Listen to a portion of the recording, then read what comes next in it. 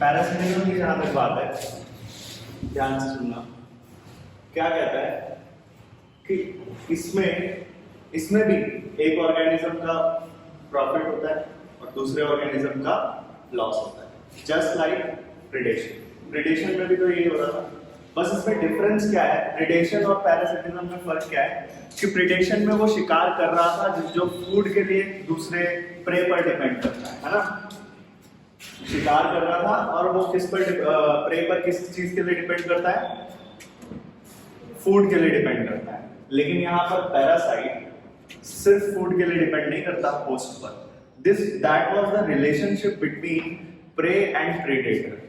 वो जो रिलेशनशिप था किसके बीच में था, वहां पे बोलते हैं प्रे और प्रेडेटर, क्योंकि वो सिर्फ फूड के लिए डिपेंड करता है दूसरे ऑर्गेनिज्म पर। यहाँ पर ये डिपेंड करता है फूड पर, फूड के लिए, और दूसरा शेल्टर के लिए। तो यहाँ जो रिलेशनशिप है ये दो ऑर्गेनिज्म का रिलेशनशिप है, जिसमें जो डिपेंड कर रहा है फूड और शेल्टर के लिए उसको पैरासाइट बोलोगे। क्या बोलेंगे? पैरासाइट। और जिस पर डिपेंड कर रहा है उसको क्या बोलेंगे? होस्ट बोलेंगे। क्या बोलेंगे? होस्ट बोलेंगे। कभी कभी ऐसा होता है कि इस पैरासाइट को इस होस्ट तक जाने के लिए, कभी कभी ऐसा होता है कि इस पैरासाइट को इस होस्ट तक जाने के लिए एक व्हीकल की जरूरत होती है, ठीक है, एक मीडिएटर की जरूरत होती है, and that mediator is called vector. जैसे वेक्टर डीएनए था, याद करो, वैसे ही कभी कभी इस होस्ट को, इस पैरासाइट को क्या चाहिए होगा, कभी कभी वेक्टर की जरूरत पड़ेगी। क्लासिक और छोटा सा एग्जांपल देखते हैं। For example Plasmodium parasite, malarial parasite which is Plasmodium. तो प्लाज्मोडियम को अगर ह्यूमन बॉडी तक जाना है तो उसके लिए उसे कौन से मॉस्किटो का सहारा लेना पड़ेगा? पढ़ा है आप लोगों ने, फीमेल एनाफिलीज मॉस्किटो ना। कौन सा वेक्टर चाहिए होगा? तो यहाँ पर प्लाज्मोडियम क्या हो गया? प्लाज्मोडियम पैरासाइट हो गया, फीमेल एनाफिलीज मॉस्किटो वेक्टर, और ह्यूमन होस्ट। तो यही कहानी, ठीक है। अच्छा, क्या होता है कि हमारे पास सिर्फ और सिर्फ वन साइड ऑफ स्टोरी है। हम लोग जो है वो अगर पैरासाइट्स अगर क्या हो जाए, पैरासाइट्स अगर डिजीज कॉज करने लग जाए, जो कि ज्यादातर पैरासाइट्स डिजीज कॉज करते ही हैं, तो उनको हम पैथोजेनिक बोल देते हैं कि वो डिजीज कॉज करते हैं। लेकिन क्या होता है, ये just one side of story है। पैरासाइट्स की साइड ऑफ स्टोरी हम लोगों को नहीं पता कि भाई उनकी क्या मजबूरी है जिसकी वजह से वो हमें डिजीज कॉज कर रहे हैं, है ना। उनकी क्या मजबूरी है जिसकी वजह से वायरस जो है वो हमारी बॉडी में आ रहा है। फर्स्ट थिंग फर्स्ट, कि ये जो वायरसेस होते हैं, ये जो पैथोजेंस होते हैं, ये हमारी बॉडी में अटैक ही इसलिए करते हैं क्योंकि उनकी खुद की बॉडी इनकम्प्लीट है ना। जैसे आप सेकंड चैप्टर ऑफ क्लास 11 में पढ़ते हो कि भाई उनके पास तो कोई प्रोटीन कोड भी नहीं होता, कई बार, है ना, कई बार उनके पास रहने का शेल्टर नहीं है, फूड नहीं है, तो इसे किसी न किसी दूसरे ऑर्गेनिज्म पर भी डिपेंड करना पड़ेगा अपनी लाइफ साइकिल को कंप्लीट करने के लिए, है कि नहीं है। तो इस तरह अगर, लेकिन हाँ, होस्ट भी बहुत सारे इवोल्यूशन करता है ताकि वो, देखो क्या है, दोनों तरह की बातें।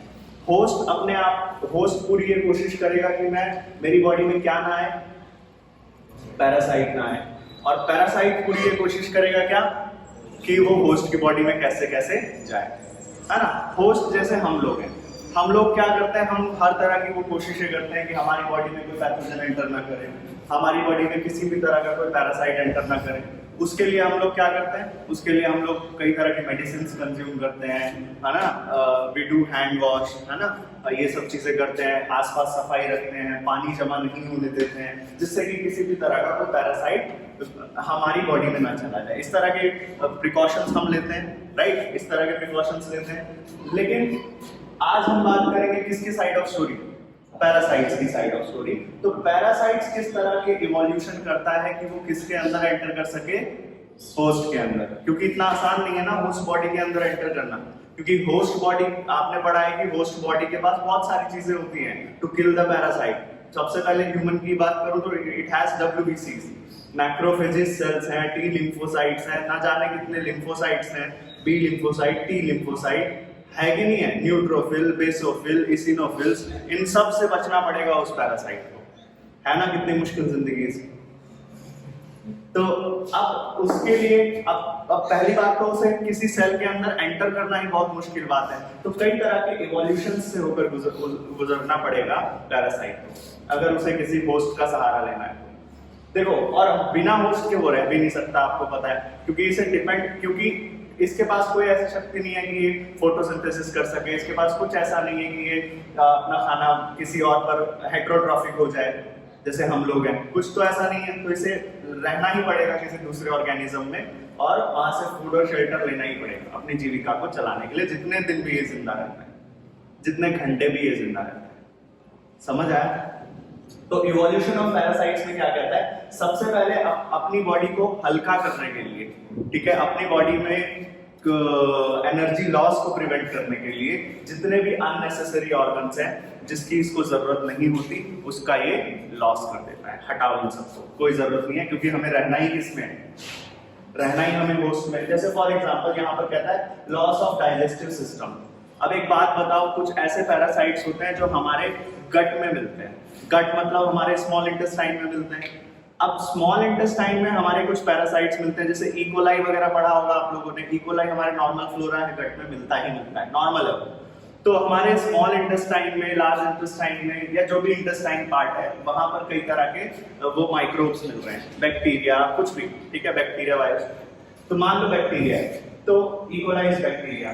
तो अब अगर वो स्मॉल इंटेस्टाइन में एग्जिस्ट कर रहा है, तो स्मॉल इंटेस्टाइन में जो फूड प्रेजेंट होता है, क्या वो डाइजेस्ट होने के लिए आता है, या मतलब डाइजेस्ट होने के लिए आता तो है, लेकिन ऑलरेडी डाइजेस्टेड होता है ना काफी हद तक। स्मॉल इंटेस्टाइन में तो डाइजेशन कंप्लीट हो जाता है, ड्यूडेनम तक आते आते डाइजेशन ही कंप्लीट हो गया।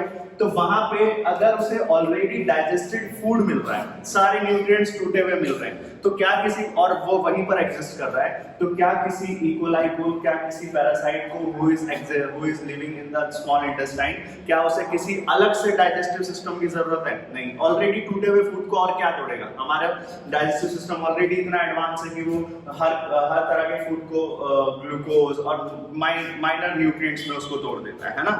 तो क्या इसे खुद का अपना डाइजेस्टिव सिस्टम रखने की जरूरत है? नहीं, तो वो हटा देगा। रखेगा अगर अपना कोई डाइजेस्टिव सिस्टम, तो उसका एनर्जी लॉस ही होगा, क्योंकि उसे ऑलरेडी फूड डाइजेस्टेड ही मिल रहा है। कोई सेंस बना रहा है? नहीं। हाई रिप्रोडक्टिव कैपेसिटी, हमेशा मैं बोलता हूं कि जितना लो, और ये नेचर को सपोर्ट भी करती है ये बात, कि जितना लोअर ऑर्गेनिज्म, जितना भी लोअर ऑर्गेनिज्म होगा, उतना उसकी हायर रिप्रोडक्टिव कैपेसिटी। चाहे देख लो आप, अगर फॉर एग्जांपल मैं बात करूं किसकी, अगर मैं बात करूं फॉर एग्जांपल चींटी देखो एक जगह पर कितना रिप्रोडक्शन करते हैं, बहुत रिप्रोडक्शन करेंगे, 20 छोटे ऑर्गेनिज्म बहुत ज्यादा रिप्रोड्यूस करेंगे। बैक्टीरिया, अच्छा बैक्टीरिया ज्यादा जल्दी रिप्रोड्यूस करेगा या 20? बैक्टीरिया, है ना? 20 ज्यादा जल्दी रिप्रोड्यूस करेंगे या हाथी? 20। जितना छोटा ऑर्गेनिज्म, जितना लोअर ऑर्गेनिज्म, उतना हायर रिप्रोडक्शन रेट। और ये बात नेचर को सपोर्ट भी करती है। मान लो जितना जल्दी बैक्टीरिया रिप्रोड्यूस करता है, आपने इकोलाई में पढ़ा, मेसेल्सन और स्टैन एक्सपेरिमेंट जब हम पढ़ रहे थे, हर 20 मिनट में वो रिप्रोड्यूस कर दे रहा है, ठीक है? हाथी को 2 साल लगते हैं। हाथी का जो जेस्टेशन पीरियड होता है वो ऑलमोस्ट कितना होता है? 2 साल के आसपास होता है। ह्यूमन का 9 मंथ्स के आसपास होता है ना? तो वो कितने मिनट्स में? 20 मिनट्स में रिप्रोड्यूस कर दे रहा है। सोचो 20 मिनट में हाथी प्रोड्यूस हो रहे होते तो गड़बड़ हो जाता ना, फिर नेचर बैलेंस रह पाता। नेचर का बैलेंस मेंटेन होना जरूरी है, इसीलिए high reproductive capacity, lower organism has high reproductive capacity. तो इस तरह का इवोल्यूशन किया है। उनके पास कुछ एडहेसिव ऑर्गन्स होते हैं। कई प्रोकैरियोटिक सेल्स में पाइलीज पड़े होंगे आपने, कुछ नुकीले से ऑर्गन्स होते हैं, है ना, जो एडहेशन का काम करते हैं। कई ऑर्गेनिज्म के पास सकर्स होते हैं, है ना, कई ऑर्गेनिजम्स के पास सकर होते हैं। जैसे फॉर एग्जांपल आप बात करो उनकी लाइसिस, जो जुएं होती हैं, या फिर आपने वो देखा होगा जो जोक होती है, जिसको क्या बोलते हैं हम लोग, ब्लड सकिंग लीच, जो खून चूसती है ना, वो उसके पास क्लिंजिंग ऑर्गन होता है ना, कि वो चिपक सके किससे, ह्यूमन बॉडी या किसी भी बॉडी से, किसी भी होस्ट बॉडी से चिपक सके। क्लिंजिंग ऑर्गन्स होते हैं, तो they have presence of adhesive organs. और इस तरह से इन्होंने इवॉल्व किया है अपने आप को कि वो होस्ट की बॉडी में जाकर क्लिंज ऑन हो सके। इवोल्यूशन ऑफ होस्ट, पहला इवोल्यूशन क्या है? Loss of unnecessary organs. जो भी अननेसेसरी ऑर्गन्स है उसका लॉस करते हैं। इसी के साथ में थर्ड पॉइंट याद रखना, that is loss of digestive system. तीसरा क्या बोला? Presence of adhesive organ. और चौथा क्या बोला? High reproductive capacity. समझ आ गया evolution of host. Life cycle जो होती है पैरासाइट्स की काफी कॉम्प्लेक्स होती है। कई बार इन्हें सिर्फ और सिर्फ एक होस्ट पर डिपेंड नहीं करना पड़ता, एक से ज्यादा होस्ट पर भी डिपेंड करना पड़ता है। जैसे फॉर एग्जांपल आपको पता है वो तो ये मलेरियल पैरासाइट का अगर एग्जांपल देखो तो मलेरियल पैरासाइट थोड़ा सा डिपेंड करता है किस पर? मॉस्किटो पर, और कुछ डिपेंड करता है वो होस्ट पर। उसे दोनों की बॉडी पर सरवाइव करना पड़ेगा to complete their life cycle. तो बीच में दो इंटरमीडिएट होस्ट भी हो सकते हैं, कई बार दो, एक से दो ज्यादा भी क्या हो सकते हैं? वेक्टर्स भी हो सकते हैं to facilitate parasitism of its primary. समझ आया? तो इनकी जिंदगी और इनकी जो लाइफ साइकिल है वो बहुत ज्यादा कॉम्प्लेक्स है। जैसे for example human liver fluke, trematode parasite बोलते हैं इसको। तो ह्यूमन लीवर फ्लू जो कि ट्रेमाटोड पैरासाइट बोल रहे हैं, जैसे वो दो होस्ट पर सरवाइव कर रहा है, स्नेल और फिशेस। स्नेल्स और फिशेस थोड़ी जिंदगी वो अपनी गुजारेगा कहाँ पे? स्नेल्स की बॉडी में। उसका एक जनरेशन कंप्लीट हुआ, मतलब एक फेज कंप्लीट हुआ, एक पर्टिकुलर एज में आया वो, वहां से निकलेगा और फिर कहाँ चला जाएगा? किसकी बॉडी में? फिशेस की बॉडी में चला जाएगा। समझ आया? तो इस तरह से उनका क्या चलता है? लाइफ साइकिल चलती है। तो ये हमने तीन बातें की। पहला तो मैंने बताया आपको कि पैरासिटिज्म होता क्या है। Parasites depends on host for two things, food and shelter. दूसरी चीज हमने ये बात की, जो पैरासाइट्स होते हैं वो इवोल्यूशन करते हैं ताकि वो क्या कर सके? इवोल्यूशन करते हैं ताकि वो क्या कर सके? होस्ट की बॉडी में एंटर कर सके, वहां सरवाइव कर सके। उसके लिए वो क्या करते हैं? सबसे पहले अननेसेसरी ऑर्गन्स को लॉस कर देंगे। दूसरी चीज वो क्या करेंगे? दूसरी चीज वो देखेंगे कि भाई हम क्या करें? डाइजेस्टिव सिस्टम को लॉस कर देते हैं। एडहेसिव ऑर्गन्स होने चाहिए हमारे पास, और क्या होना चाहिए? हाई रिप्रोडक्टिव कैपेसिटी होनी चाहिए। इनकी जो लाइफ साइकिल होती है वो थोड़ी कॉम्प्लेक्स होती है। कई बार इनको दो या दो से ज्यादा होस्ट या फिर वेक्टर्स की जरूरत पड़ती है। समझ आया इतना? नेक्स्ट हम क्या बात करते हैं? जैसे एग्जाम्पल में हमने ये बोला कि human liver fluke, trematode parasite, उसे दो होस्ट की जरूरत है, स्नेल और फिशेस की, स्नेल्स और फिशेस की। वहीं अगर मैं बात करूं किसकी? मलेरियल पैरासाइट प्लाज्मोडियम, उसे दो होस्ट या वेक्टर की जरूरत है। एक वेक्टर बोलते हैं लेकिन है तो उसके हमारे लिए वेक्टर है ना वो इस मलेरियल पैरासाइट के लिए ये मॉस्किटो ठीक है, होस्ट भी तो है ना, थोड़े टाइम के लिए तो होस्ट है। हमारे लिए वो वेक्टर, जब हम उस पूरे सिनेरियो को देखते हैं मलेरियल पैरासाइट के लिए, तब वो वेक्टर की तरह काम कर रहा है हमारी बॉडी में आने के लिए। लेकिन जब वो दूसरी बॉडी में सिर्फ ये वाला रिलेशन देखो अगर प्लाज्मोडियम और वेक्टर के बीच का, तो क्या है तो वो प्लाज्मोडियम के लिए होस्ट ही हुआ ना। समझ आया? इस पूरे सिनेरियो को देखो तो वो आपको लगेगा कि ह्यूमन तक आने के लिए उसने एज वेक्टर यूज किया उसे, है ना? तो ये कहानी। तो प्लाज्मोडियम, आप अब इसमें हमने बोला था कि पैरासिटिज्म ऐसा रिलेशनशिप है जिसमें पैरासाइट्स को फायदा होता है और होस्ट को नुकसान होता है। किस किस तरह का नुकसान होता है वो बात करते हैं कि parasite causes loss to host. Parasite क्या कॉज करता है? होस्ट को कई तरह के लॉस कॉज करता है। किस किस तरह के लॉस उठाने पड़ते हैं होस्ट को, देखते हैं। सबसे पहले तो उसका सर्वाइवल रिड्यूस हो जाता है होस्ट का, ठीक है, सर्वाइवल रिड्यूस हो जाता है। होस्ट जो है, होस्ट का ग्रोथ रिड्यूस हो जाता है, होस्ट का रिप्रोडक्शन रिड्यूस हो जाता है whenever parasite enters into the body of host. Second चीज क्या हो जाती है? Population density. हमने लास्ट क्लास में पढ़ा था पॉपुलेशन डेंसिटी एक चीज होती है, उसका फॉर्मूला क्या था? बर्थ प्लस इमिग्रेशन माइनस में डेथ प्लस एमिग्रेशन, और साथ में एंटी भी लगता है ना?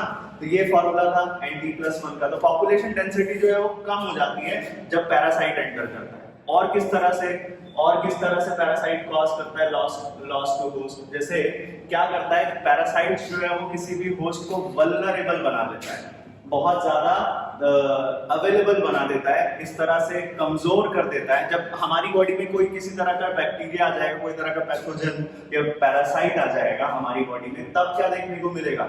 जब हमारी बॉडी में किसी भी तरह का पैरासाइट पैथोजन आ जाएगा, तब हम ये देखेंगे कि हमारी बॉडी स्ट्रांग हो जाएगी या वीक हो जाएगी। वीक हो जाएगी, राइट। हमारी बॉडी क्या हो जाएगी? वीक हो जाएगी। और हमारी बॉडी क्योंकि उस समय पर बहुत वीक हो जाएगी, या कोई भी किसी भी ऑर्गेनिज्म की बॉडी क्या हो जाएगी? वीक हो जाएगी, तो it will be very vulnerable. Vulnerable का मतलब समझ रहे हो? It will be very vulnerable to the predator. जैसे मान लो कोई हिरन है, उसको कोई डिजीज हो गया जंगल में, है ना, तो अगर उसकी बॉडी में पैरासाइट आ गया, अब तो उसको भागना में तो बहुत वीक हो गया ना, तो अब प्रीडेशन के लिए बहुत इजी शिकार हो जाएगा कि नहीं हो जाएगा? वो वही बोल रहा चाह रहा है, render host vulnerable to predation by making host physically weak. ये होस्ट को क्या बना देता है? बहुत ज्यादा फिजिकली वीक बना देता है। तो नुकसान हो रहा है कि नहीं हो रहा है होस्ट का? इवेंचुअली नुकसान होस्ट का ही हो रहा है। फायदा किसका होता है? पैरासाइट्स का। दो नहीं, 3 टाइप के जनरल पैरासिटिज्म हम पढ़ेंगे। 3 टाइप के क्या पढ़ते हैं? पैरासिटिज्म पढ़ते हैं। पहला पैरासिटिज्म जो कि बॉडी सरफेस पर एग्जिस्ट करता है या outside the body, on the body surface, तो हम उसको क्या बोलते हैं? एक्टोपैरासिटिज्म। क्या बोलते हैं उसको हम लोग? एक्टोपैरासिटिज्म। और वो पैरासिटिज्म जो एग्जिस्ट करता है किसमें? बॉडी के अंदर, उसको बोलते हैं एंडोपैरासिटिज्म। एक्टोपैरासिटिज्म के कुछ एग्जांपल है, जैसे कि जुएं लग जाती हैं, है ना, सिर पे जुएं लग जाती हैं, ठीक है, तो उसको हम लोग क्या बोलते हैं? एक्टोपैरासिट। अब वो जुएं दिमाग के अंदर तो नहीं चली गई ना, वो है तो सरफेस पे ही, तो उसको क्या बोलेंगे हम? एक्टोपैरासिटिज्म। अब वो जो मैंने बोला था आपको, ब्लड सकिंग लीच है, ब्लड सकिंग लीच है जो खून चूसती रहती है ना, अब वो बॉडी के सरफेस पे ही तो है, तो वो एक्टोपैरासिटिज्म है या एंडोपैरासिटिज्म है? एक्टोपैरासिटिज्म है। समझ आया? जो कुत्ते होते हैं, ये जो डॉग्स, ठीक है, उनकी बॉडी पे अगर आप देखोगे छोटे कभी देखा है कोई पेट आसपास हो तो अगर कोई, तो उनकी बॉडी पे कीड़े होते हैं, कई बार कीड़े लग जाते हैं। उनकी बॉडी पे कीड़े ना लगे इसलिए उनका ट्रीटमेंट होता है, तो टिक्स ऑन डॉग्स, है ना, तो वो भी एक्टोपैरासिटिज्म है कि नहीं है? एक और बहुत ही कमाल का एग्जांपल बताया, कोकपोर्ट्स ऑन फिशेस। मैरीन फिशेस की बॉडी पे कोकपोर्ट्स लगे हुए होते हैं, ठीक है। और कसकटा, एक प्लांट दूसरे प्लांट पे पैरासिटिज्म करता है। कई बार आपने देखा है एक प्लांट पे टेंड्रिल्स ऐसे घूम रहे हैं, है ना, एक दूसरा प्लांट है, उस पर दूसरा प्लांट जो है वो इस तरह से घूम रहा है। कसकटा ऑन हेज प्लांट, वो अपना क्लोरोफिल लॉस कर चुका है, कसकटा प्लांट अपने लीव्स लॉस कर चुका है बाय इवोल्यूशन। क्यों? क्योंकि वो न्यूट्रिशन किससे उठा रहा है? इस हेज प्लांट से। समझ आया? Derive nutrition from the host plant. तो प्लांट्स भी पैरासिटिज्म करते हैं।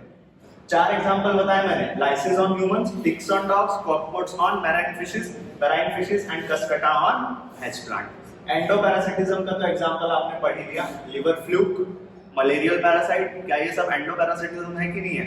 और बहुत ही बढ़िया एग्जांपल है ब्रूड पैरासिटिज्म का। Brood parasitism which is third type of parasitism. Brood parasitism का जो एग्जांपल है वो क्या है?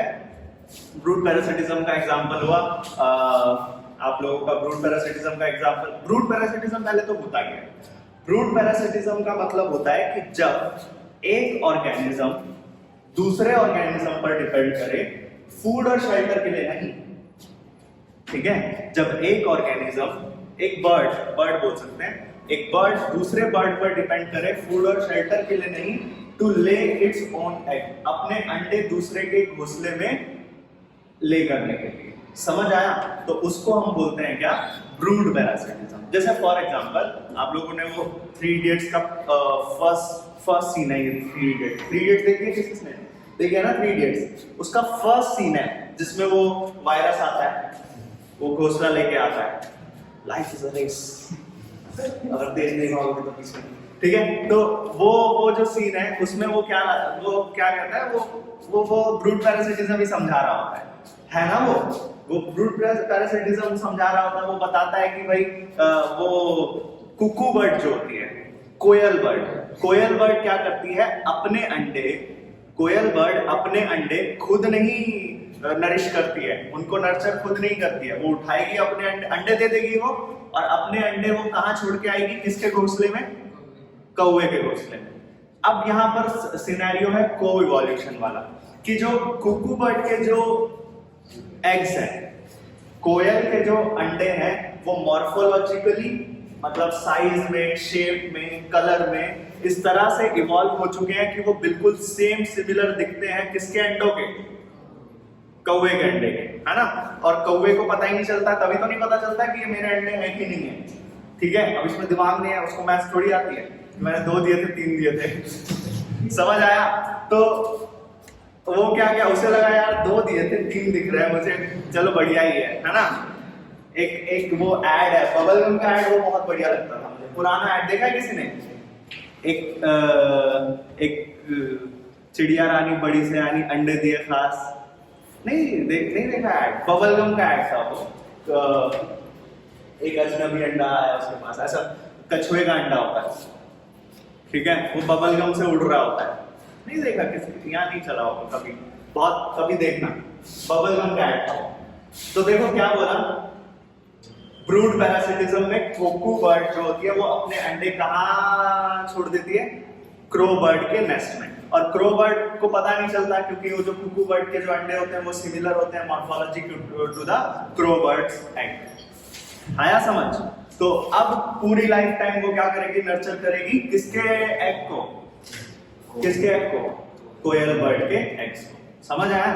अब फिर वहां से कंटिन्यू होती है वो वायरस वाली कहानी, 3 इडियट्स वाली कहानी, कि वो जब कुकू बर्ड जब, अब ये होता है नहीं होता है वो अलग कहानी है, वो फिक्शन है, ठीक है। लेकिन ये बात जो है ये बात सच है, ठीक है, कि फिर वायरस बोलता है कि ये जब कोयल बर्ड के जब अंडे पैदा होते हैं पहले, तो वो सबसे पहला काम क्या करते हैं? वो उस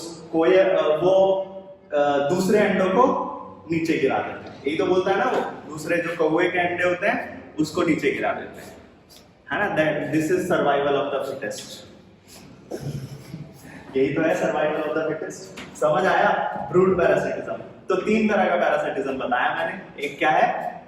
एक्टोपैरासिटिज्म ऑन द बॉडी सरफेस, फिर एंडोपैरासिटिज्म, और फिर क्या है? Brood parasitism. ब्रूड पैरासिटिज्म ध्यान रखना थोड़ा सा यूनिक है, ठीक है, ध्यान रहेगा। ये एग्जांपल बहुत इंपॉर्टेंट है क्योंकि प्लांट्स भी पैरासिटिज्म कर रहे हैं, बहुत अच्छा एग्जांपल है। कस्कटा ऑन हेज प्लांट बन सकता है क्वेश्चन, एक्सेप्शन है। समझ आया? यहां पे आपका पैरासिटिज्म खत्म करना है, ठीक है।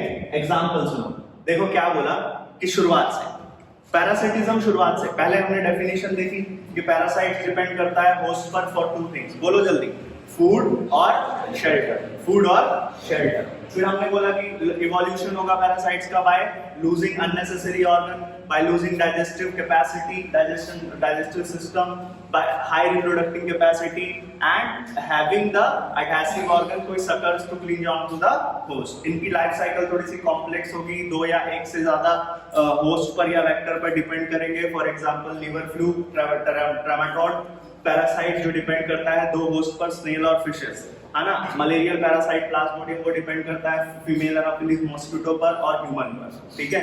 फिर हम लोगों ने बोला किस किस तरह के नुकसान कॉज करता है ये पैरासाइट ह्यूमन, किसी भी होस्ट को, है ना, किसी भी होस्ट को। तो वो रिड्यूस कर देता है सर्वाइवल, ग्रोथ और रिप्रोडक्शन, ठीक है। SGR याद रखना, सर्वाइवल, ग्रोथ और रिप्रोडक्शन। सर्वाइवल, ग्रोथ और रिप्रोडक्शन क्या कर देगा ये? सर्वाइवल, ग्रोथ और रिप्रोडक्शन क्या कर देगा ये? सर्वाइवल, ग्रोथ और रिप्रोडक्शन रिड्यूस कर देगा। पॉपुलेशन डेंसिटी क्या कर देगा? रिड्यूस कर देगा। और क्या करेगा ये? वल्नरेबल बना देगा किसी भी होस्ट को, फिजिकली वीक बना देगा, जिससे कि जल्दी से जल्दी वो प्रीडेशन हो जाएगा, मर जाएगा। फिर वो कोई ना कोई शिकार कर ही लेगा उसका जंगल में, है ना। फिर हम आ जाते हैं एक्टोपैरासिटिज्म, एंडोपैरासिटिज्म और brood parasitism. Ectoparasitism on the body surface, हमने बोला lice on humans, ticks on dogs, lice on humans, ticks on dogs, cuscuta on hedge plant और कोपॉट्स ऑन मैरीन फिशेस। ये 4 एग्जांपल है। एंडोपैरासिटिज्म का ये 2 एग्जांपल देखे, liver fluke और malarial parasite. फिर हम बात करते हैं brood parasitism. Kuku bird Lay's it's eggs on nest of crow bird, यही है, नेस्ट ऑफ क्रो बर्ड। ये हो गया तुम्हारा एग्जांपल ब्रूड पैरासिटिज्म का। यहां पर पैरासिटिज्म खत्म।